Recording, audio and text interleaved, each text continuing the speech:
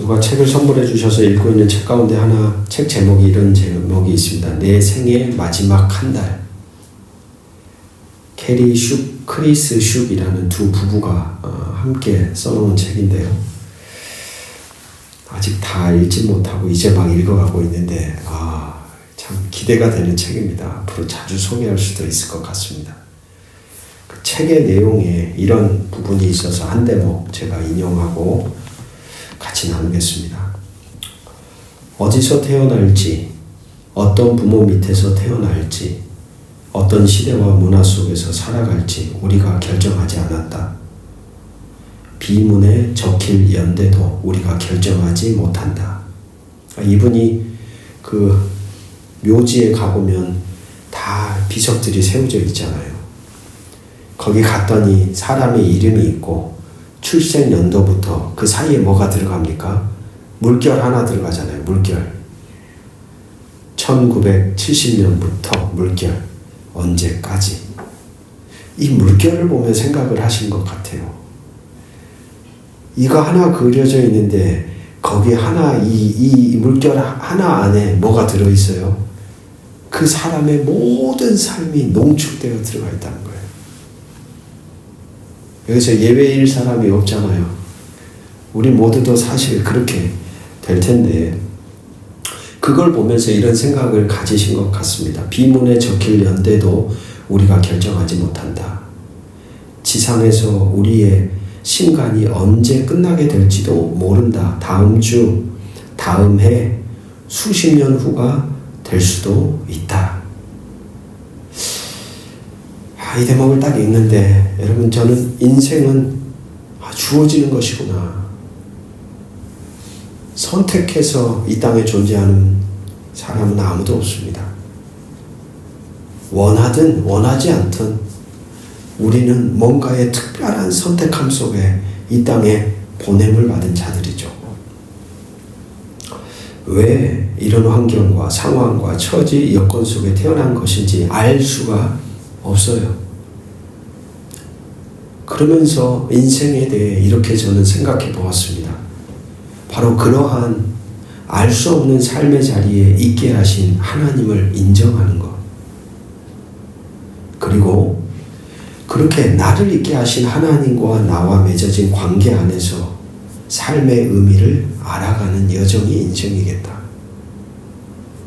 그리고 그 안에 가치를 발견하며 살아가는 여정이 인생이 아닐까 하는 생각이 들었습니다. 이 책의 저자는 계속해서 이렇게 말합니다. 오로지 하나님만 아신다. 우리의 생은 그분의 손 안에 있다. 짤막한 문장인데 여러분 이 두 문장 안에는 아주 어떠면 삶에 대한 궁극적인 선포가 담겨져 있다고 저는 읽었습니다.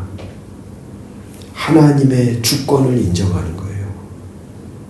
내 인생을 하나님의 통치 가운데 있다고 인정하는 것. 그럴 때 여러분 나의 인생이 되는 게 아니라 하나님이 허락하신 인생이 되는 거예요. 많은 사람들은 내 인생으로 삽니다. 나의 것, 나의 인생, 나의 생명. 근데 이게 나의 것이 아니라 우리의 생은 그분의 손 안에 있다라는 이 표현 속에 담겨진 것처럼 내 삶은 하나님의 허락하신 인생이라는 거예요. 그게 고백이 되고 인정이 될 때 삶의 여정 또한 다르게 풀어갈 수 있는 길이 열리기 시작하는 거예요. 해석이 달라지잖아요. 의미가 달라지는 거예요. 다른 길들이 보이기 시작하는 거예요. 어쩌면 그분의 손 안에 있다는 신앙을 가진 이들에게 허락된 특별한 복이 아닐까. 전 그런 생각이 들었어요. 오늘도 우리에게 주어진 인생을 저마다 똑같이 살아가는 것 같은데 내 삶이 하나님의 손 안에 있다라는 이 고백과 선언은 우리의 인생의 빛깔을 아주 다르게 만들어버리는 것이죠.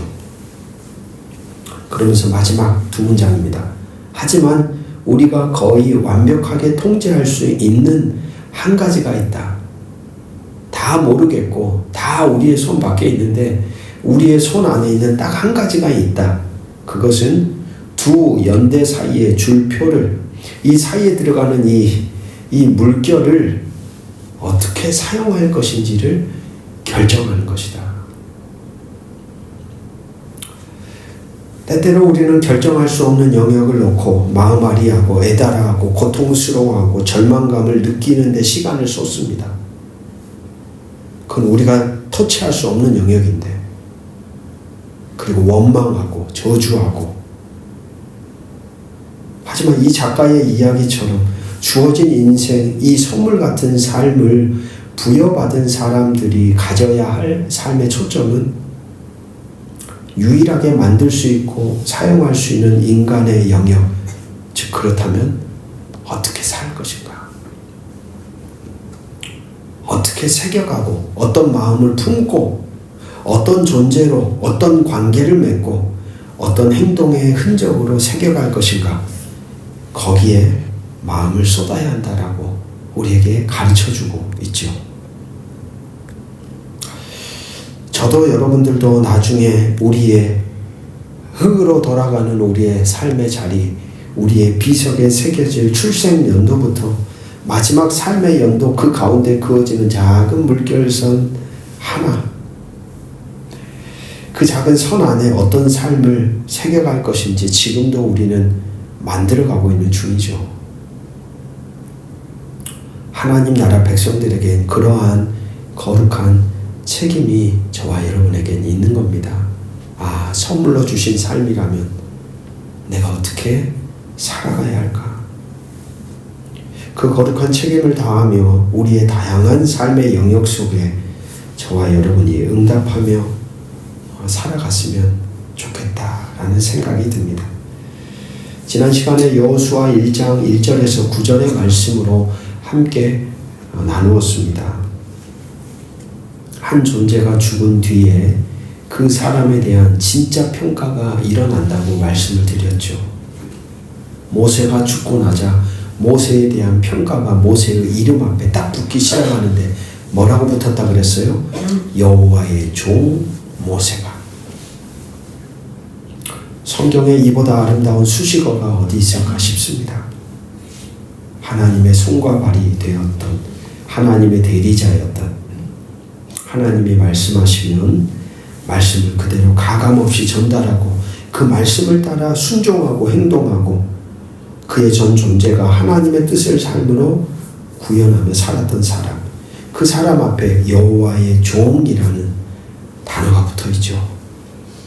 중요한 것은 모세에게만 끝난 게 아니라 모세 다음에 뒤를 이었던 여호수아에게도 처음 시작은 모세의 수종자 눈의 아들 여호수아로 시작했던 그의 이름이 그가 죽고 나자 24장에 가니까 이렇게 달라졌다는 거예요.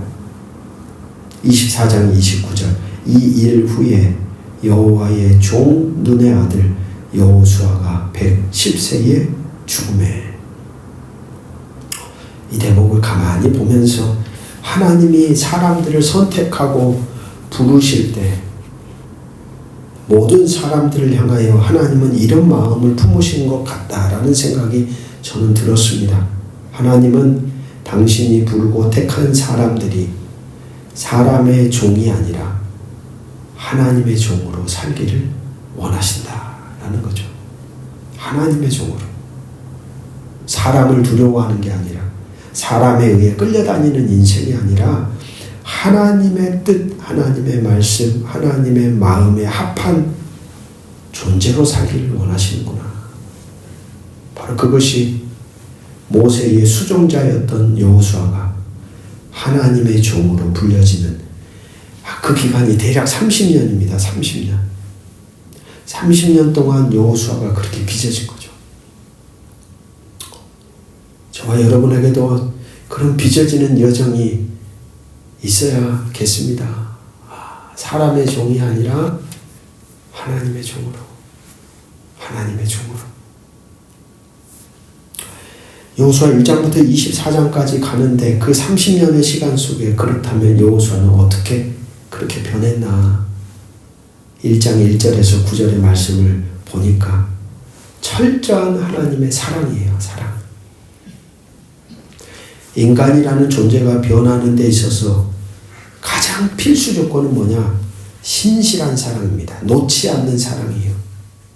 그 존재 상태가 좀 변질되더라도, 그 존재 상태가 조금 두려워하고 떨고 있더라도, 그 존재 상태가 용기를 잃어버린 채 막 두려워하고 헤매고 있을 때에도 놓지 않는 하나님의 손길. 바로 그 사랑이 이 여호수아라고 하는 한 존재를 1장부터 24장까지 달려가게 했다는 거예요. 그래서 하나님이 여호수아에게 말하죠. 그 상태가 얼마나 떨고 있었는지 내가 너와 함께하고 있어. 내가 어디로 가든지 나는 너와 함께해. 강하고 담대해라. 두려워하지 말고 놀라지 마라. 하면서 이 여호수아를 다독이는 거예요. 하나님은 우리의 상태를 아시며 우리에게 말씀하시며 우리를 위로하시며 우리를 이끌어 가시는 분이십니다. 바로 그 하나님의 존재와 이어져 있음을 깨달을 때 우리의 삶은 다르게 사라질 수가 있죠. 아, 내 인생이 어떤 삶의 자리에 떨어져 있더라도 그분과는 연결되어 있어라고 하는 이 신앙적인 인식이 우리 가운데 있으면 어떤 자리에서도 삶을 다르게 살아낼 수 있다는 것입니다. 바로 그게 우리가 가진 신앙의 힘이겠죠. 그런 불안과 두려움 가운데 서 있는 여호수아에게 마지막 하나님이 남겨주신 것 1장 7절 8절 말씀인데요. 너에게 준 말씀이면 충분하다. 다 변해도 변하지 않는 나의 말씀이 너를 살게 한다. 내가 너에게 허락된 말씀 안에서 너를 인도할 것이다. 라고 하며 하나님의 말씀 안에 이 여호수아 흔들리는 이 두려운 불안에 가득 찬 앞이 보이지 않아 도대체 어떻게 가야 할까 하는 이 존재를 하나님이 넉넉한 품에 품어주는 장면이 바로 1장 1절부터 9절의 이야기라고 읽어볼 수 있겠습니다. 거룩한 소명을 감당하게 하도록 역시 하나님은 먼저 선은총을 베풀어 주시죠. 그리고 오늘 말씀입니다. 여호수아 6장 여리고성과의 전쟁 이야기.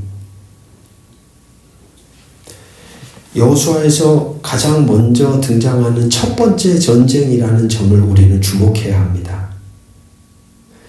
우리가 이미 지금 읽어가고 있죠. 여리고성, 그 다음에 아이성, 그 다음에 가나안 중부 전쟁, 그 다음에 가나안 북부 남부 전쟁이 이렇게 펼쳐지거든요. 근데 그 첫 단추가 뭐냐? 여리고성.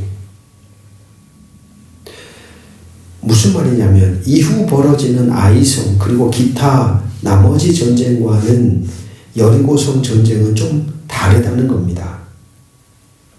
나중에 우리가 읽어가면서 지금 보고 있지만 여리고성 이후 전쟁에서는 훨씬 전통적인 전략으로 치르는 전쟁을 명령하거든요. 뭐 뒤로 빠졌다가 뒤로 쳤다가 아주 이런 전략적인 가르침이 있는데 이 여리고성 전쟁에서는 그러한 모습이 드러나지 않아요. 이 대목에서 두드러지게 보여주는 부분이 있습니다. 그것은 이스라엘에게 그 땅을 주시려는 하나님의 능력과 결단을 확실하게 보여준다는 거예요. 그러니까 이 여리고성 전쟁을 통해서 이스라엘 백성에게 하나님이 말씀하고자 하는 건 내가 이 땅을 너희들한테 준다 그랬지? 잘 봐. 이러시는 거예요. 내가 분명히 준다고 그랬지? 잘 봐. 어떻게 주는지를. 하면서 첫 번째 전쟁을 통하여서 그들이 앞으로 치를 숱한 전쟁 앞에서 그들이 어떤 마음을 품고 가야 할지를 이 첫 번째 전쟁에서 여실히 다 보여주는 게 하나님의 여리고성 전쟁입니다. 그리고 나서 오늘 본문을 보면 1절부터 4절에 먼저 그 땅을 정복하기 위한 하나님의 지침의 말씀이 선포되지요. 쭉 이런 내용입니다. 엿새 동안 성주의를 매일 한 번씩 돌아라. 돌 때에 규칙이 있죠. 순, 양, 뿔, 나팔 7개를 든 7명의 제사장을 앞서 걷게 하여라. 그리고 법궤가 있고 7일째 되는 날 성을 7번 돌아라. 그리고 나서 순양불 나팔을 한번 길게 불 때 여호수아가 소리를 지르라고 하면 와 소리를 치면 그리고 나서 하나님이 4절에 그러면 무너질 거다. 어떻게 흘러갈지까지 결과까지 딱 이렇게 하나님이 다 매듭을 지어주셨어요. 여기서 이스라엘이 준비해야 할 것은 어떤 무기, 어떤 군대, 어떤 전략, 전술도 필요하지 않고 딱 한 가지만 있으면 됩니다. 그게 무엇일까요? 그렇습니다. 이스라엘의 전투 임무는 바로 전적인 순종이에요. 다른 걸 준비할 필요가 없어요. 오직 그 말씀, 여호수아 1장 1절에서 9절에 나오는 말씀과 똑같은 맥락 속에서 얘기하는 거예요. 좌로나 우로나 치우치지 말고 그 율법의 말씀, 하나님의 말씀을 따라 그대로 행하라. 그러면 뭐라 그랬어요? 형통하게 될 것이다. 반복되는 7일 동안 돌게 하는 것. 여기서 숫자 7이 나오죠. 7개의 양 나팔을 들게 하죠. 7명의 제사장으로 하여금 걷게 하죠. 그리고 7일째 7번 돌게 하죠. 계속해서 숫자가 7777. 성경에서 이 7이라는 숫자는 완벽한 수, 완전한 수, 100% 채워진 상태를 상징하는 수로 읽을 수가 있어요. 그러니까 하나님이 이스라엘 백성들에게 원하는 것은 다른 게 아니라 완전한 순종, 순도 100%의 순종의 흔적을 드러내라는 거예요. 그게 전쟁의 승패를 결정한다. 그래서 군대가 앞서가는 것이 아니라 7 제사장이 언약궤보다 앞서 걷습니다. 그리고 7일째 되는 날에는 이제 나팔을 불면서 마지막 7바퀴를 돌게 합니다. 언약궤라는 하나님의 임재를 드러내는 흔적으로 제사장들이 앞선에 서서 길을 만들어 보여줍니다. 그러니까 전쟁을 하려면 분명히 군대가 먼저 앞서야 될 텐데 제사장들이 맨 앞에 서고 그 뒤에 하나님의 언약궤를 세웠다는 것은 이 성을 무너뜨리기 위해서는 어떤 사람의 도움도 필요하지 않다라는 선언이죠. 오직 하나님의 임재, 하나님의 주권 속에 이 성을 무너뜨릴 것이다 라는 걸 분명하게 보여줍니다. 그러한 말씀 앞에서 여호수아와 이스라엘 사람들의 응답은 곧바로 이어집니다. 8절부터 14절까지가 엿새 동안 이스라엘이 취한 행동의 흔적을 다 기록을 하고 있습니다. 11절 12절 보면 여호와의 궤가 그 성을 한번 돌게 하고 그들이 진영으로 들어와서 진영에 자니라. 또 여호수아가 아침에 일찍이 일어나니 제사장들이 여호와의 궤를 메고 14절 15절 그 둘째 날에도 그 성을 한번 돌고 진영으로 돌아오니라. 엿새 동안을 이같이 행하니라.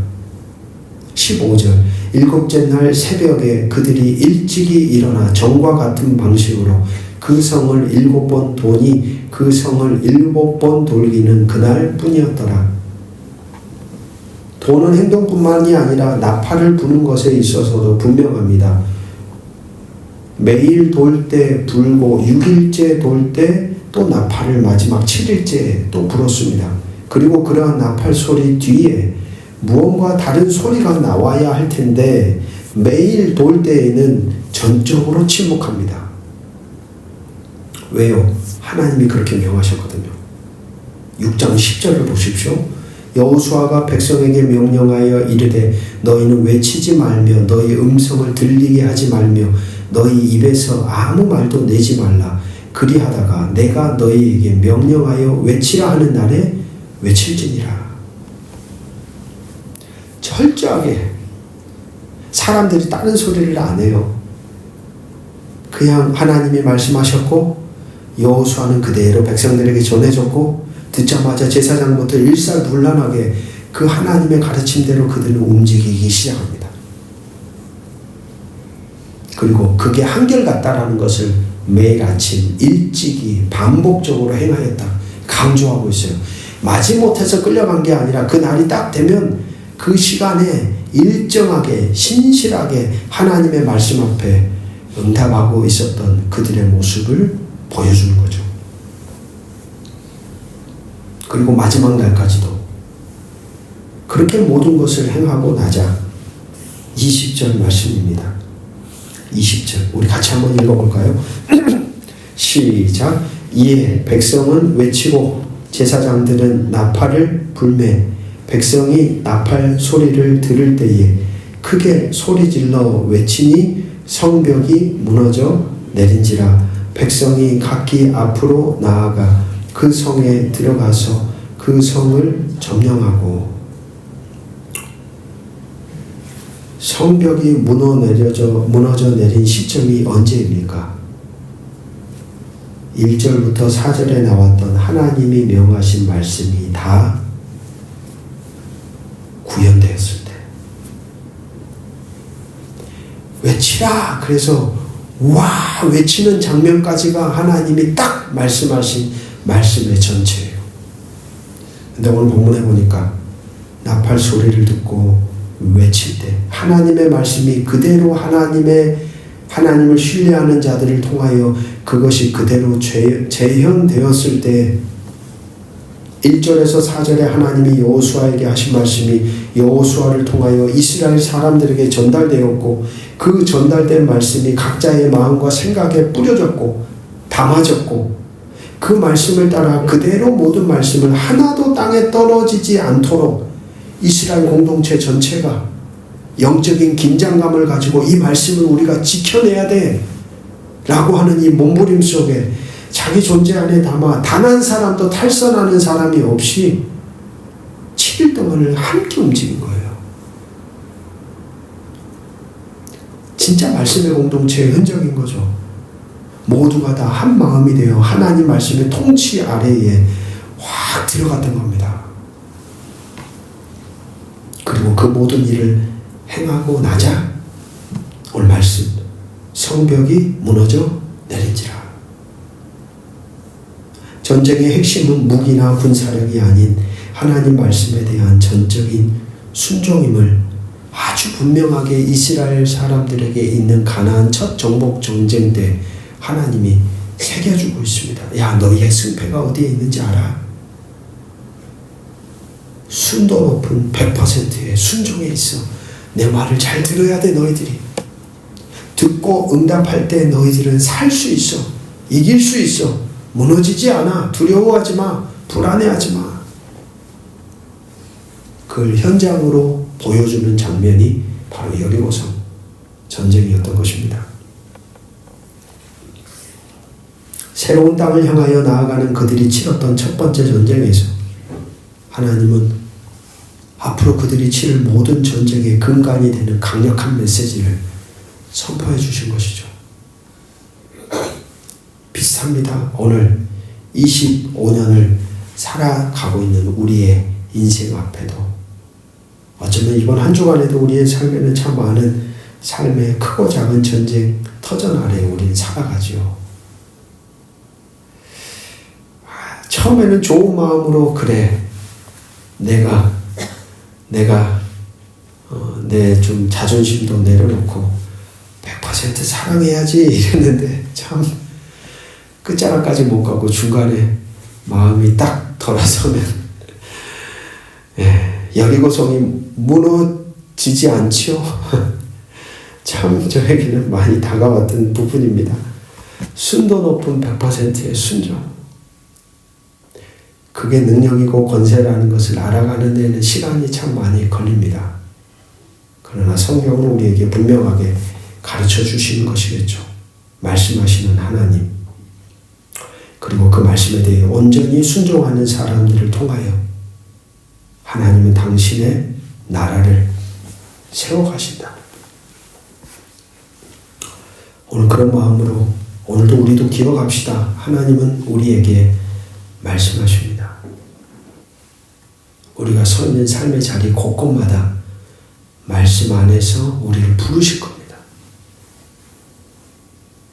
그 말씀을 듣고 온전히 순종하는 우리의 존재 흔적 속에 하나님은 우리의 눈앞에 너무나도 강력하고 너무나도 넘어뜨릴 엄두가 나지 않는 거대한 장애물 앞에 서 있을 때 놀랍게도 하나님은 우리의 순종함을 통해 무너질 것 같지 않았던 인생의 다양한 문제들을 무너뜨리고 승리로 인도하시는 분이심을 저와 여러분이 오늘도 기억하며 남은 한 주간도 살아가셨으면 좋겠습니다. 주님, 오늘도 말씀 앞에 서게 하시니 감사합니다. 순종의 발걸음으로 여리고를 돌았던 저들처럼 우리도 당신의 음성에 귀 기울이게 하옵소서.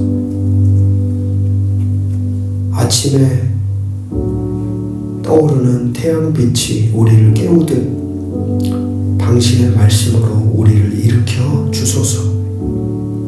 나팔 소리에 맞추어 침묵하며 기다렸던 그 믿음, 마침내 외침으로 무너진 성벽의 순간처럼 우리 각자의 다양한 삶 속에서도 그러한 하나님의 놀라운 승리의 역사를 경험하는 자리들이 있게 하옵소서. 하나님, 우리가 가진 무기와 전략이 아니라 당신의 말씀만으로 이루어지는 승리를 배우고 싶습니다. 어떤 자리에서도, 어떤 싸움 앞에서도, 어떤 대상 앞에서도, 어떤 환경과 상황 속에서도 오직 당신만을 신뢰하며 나아가는 삶을 알아가고 싶습니다. 우리의 작은 순종이 당신의 큰 손에 닿아 하늘의 뜻을 이루는 도구로 쓰여지게 하옵소서. 오늘도 내일도 그리고 모레도 언제까지 허락될지 모르는 선물 같은 인생, 당신의 말씀에 순종하며 걸어가는 것이 우리의 기쁨이요, 우리의 소망이요, 우리의 삶의 이유가 되게 하여 주옵소서. 감사드리며 예수 그리스도의 이름으로 간절히 기도합니다. 아멘.